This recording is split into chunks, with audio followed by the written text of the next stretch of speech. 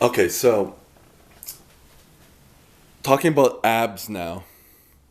Okay, this is a regular exercise doing kind of sit ups on the ball. Now, the thing I want to kind of emphasize here is that it's not only about a sitting up movement.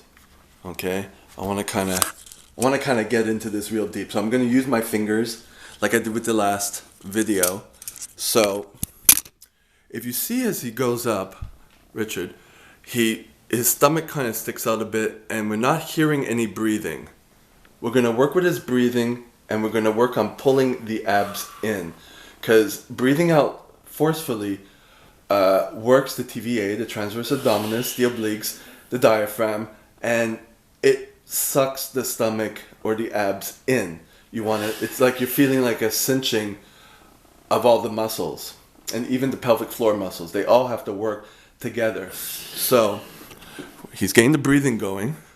Now, stay back there for a second. Now you want to kind of draw this in as much as possible. Feel even the obliques starting to work. Pull in as much as possible. And as you breathe out, you pull in more.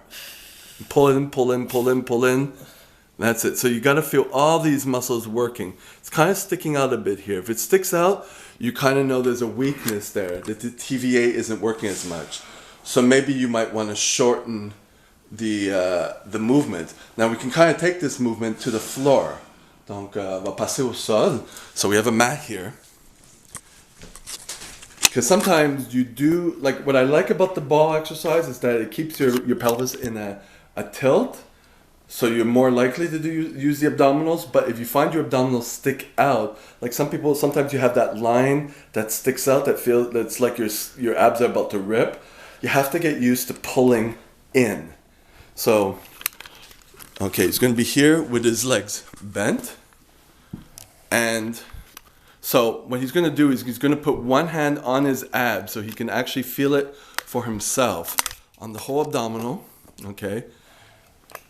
And he's going to pull the abs in without actually sitting up first. He's going to try to pull in the abdominals as much as he can as he breathes out.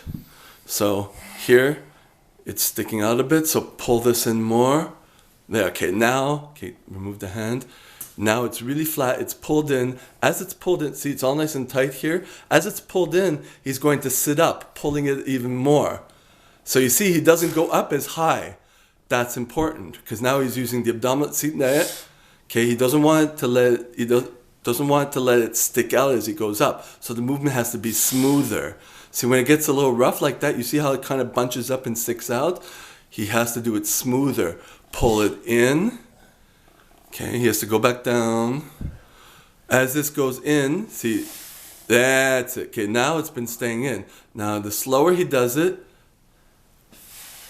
there we go. The movement is limited. So now you know it's all the abdominals and the obliques, everything working properly.